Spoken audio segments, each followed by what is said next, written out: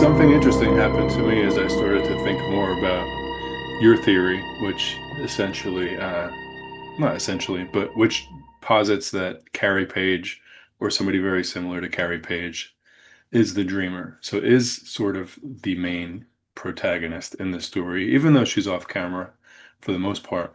And potentially is even the main character during the opening two seasons.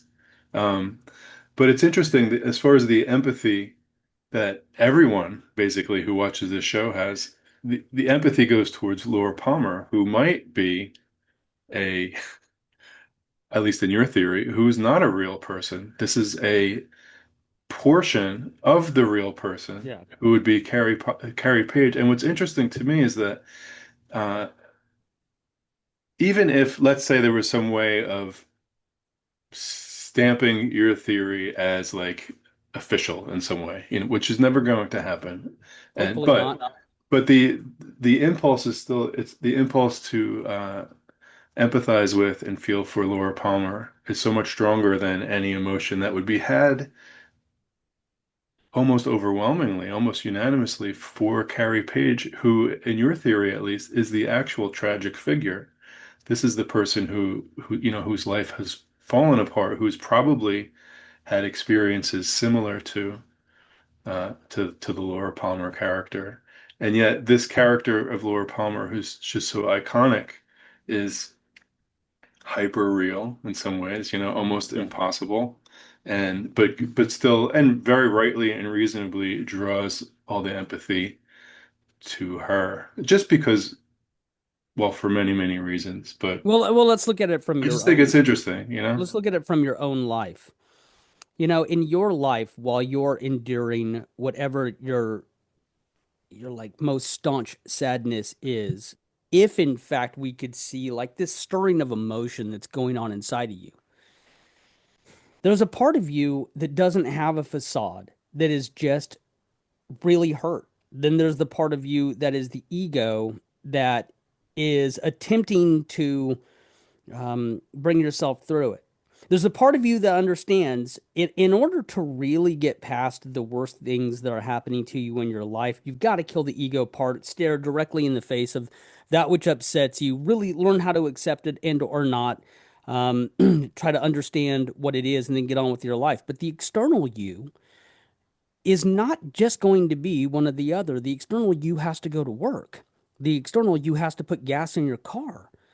The external you has to be able to wear a facade that is, held together enough at least that you can get things done in your normal life, right? And it doesn't matter if you're on the lowest end of the wreckage of life totem pole or if you're at the highest end. Like there are things that will occur that will destroy you, but you still got to get on with life as it is. But the part we empathize with is the part where it's the you that has to die away. It's just this sadness, and you can't afford to live there. You can't just be a wreck about this situation forever and in eternity. I bring all this up because, of course, this is,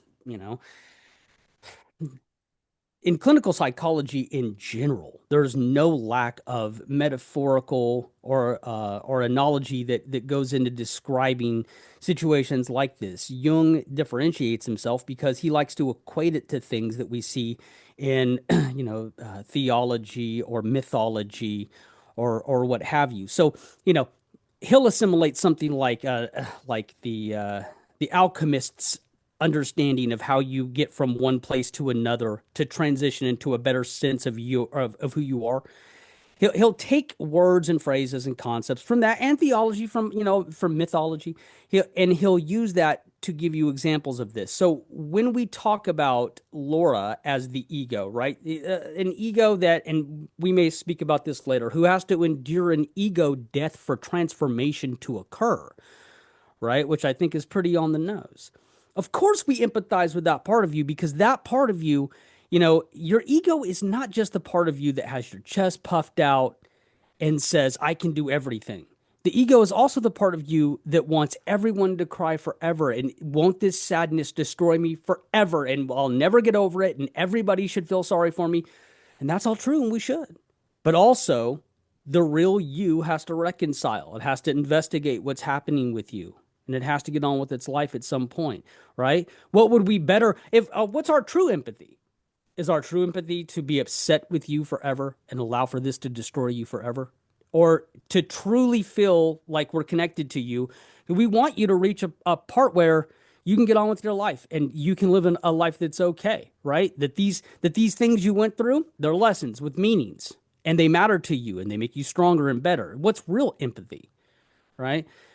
So you're right about that, but we're not wrong to sympathize with that portion of yourself that can't let go of the sadness or the traumas. We're all going to respond to the traumas that we endure.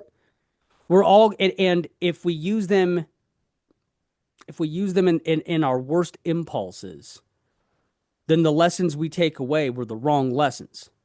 And if we use them in the right way, in avoidance to or cause and effect or however we process that, they'll make us better people.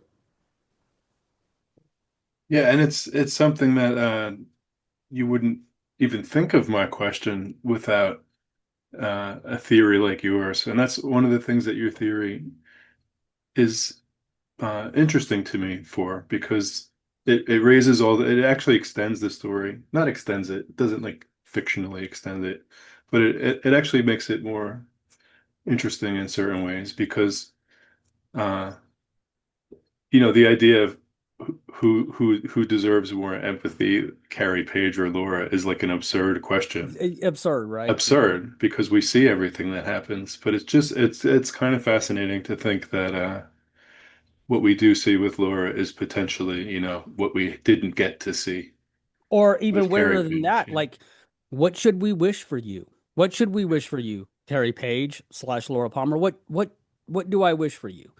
Do I wish that you're facing off against the great mother, the archetype of the great mother who can devour worlds? Do I wish for you that you're doomed to live in theosophy's lodge spaces to do this all again, or do I wish for you that you see all of this and the repressions and the shadow and the mask and the persona, all of these things they combine to make you a better person? What do we really wish for that person? If we truly empathize, then this confrontation that Carrie Page endures to look at the false world, the unconscious world that she constructed to place her repressions in, just to be able to go on with life, not in the best way. Because when you bury your repressions to go on with life, the ego you says, "All right, everything's great. I'm okay." Right? That always blows up in your face. So yes, of course, you end up in situations that your worst impulses are prone to design.